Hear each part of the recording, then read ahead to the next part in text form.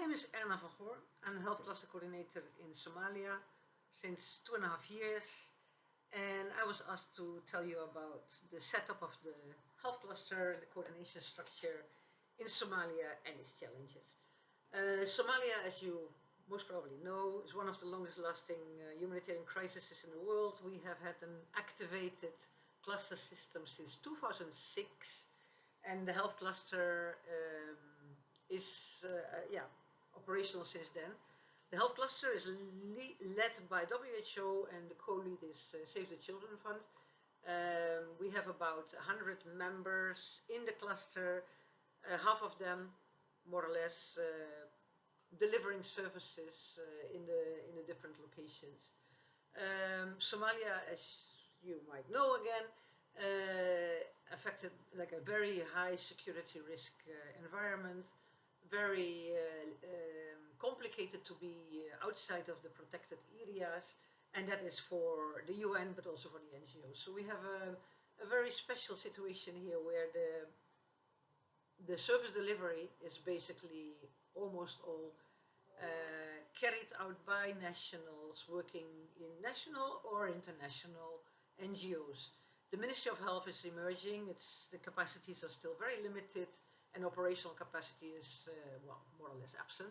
So it is the NGOs that are delivering the services. Most of them coordinated within the cluster, providing a monthly update on what services they deliver, and then we present all these reported services in the dashboards that we present in the Relief Web response page, where a lot of information is shared. Like, it's really one of the big contributors for coordination, where everybody can see what's going on, who's doing what, where, and when,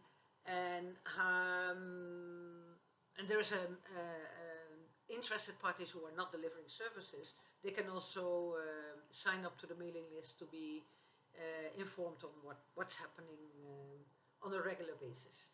There is technical working groups within the health cluster. We have a technical working group for cholera, acute watery diarrhea, one for mental health and psychosocial support, and one for, recently, sexual reproductive health.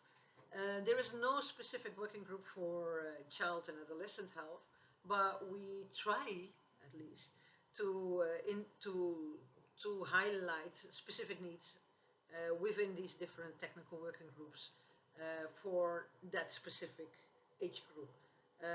As we are disaggregating data on sex and age, that is at least the first step. We also try to ensure that we are working as inter-cluster coordination, where we bring in the different clusters together, health, nutrition, protection, and then the special areas of responsibility like child protection, GBV, and others. In the architecture that we have right now, we have been able to decentralize in the last couple of years, like a year and a half, bringing the coordination closer to the affected population on state level, regional level, district level. It's not easy because we need to have people willing and convinced that collaborating and coordinating between partners in the same cluster, like in the health cluster, and between clusters is beneficial for the response. There's a lot of interest, there's a lot of competition, fierce competition for resources, which are the challenges that we have. We also have the limited access to populations like that. That also really makes it really difficult to have functional feedback mechanisms where people, affected populations, can provide their feedback or report allegations, including sexual exploitation allegations. We have some new initiatives since last year, new hotlines that actually are a bit more functional than before, but we are still struggling in when we get reports, how do we now follow up on these reports, investigate and respond appropriately to do the to alleged to accusations and reports.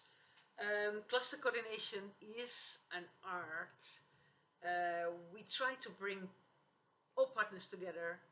We try to work with the principles of partnerships, where hey, we're all contributing to the same cause. We all work for the same objective.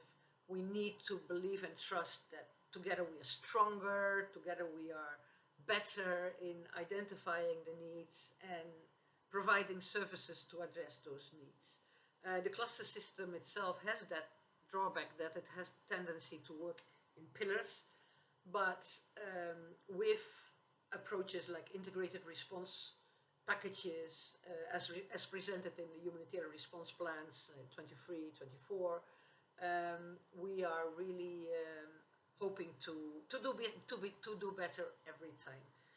I hope this was a nice little introduction to the health cluster. I invite you to come to visit our website on the Relief Web Response to get more information on how things are actually going in this context. Thank you so much.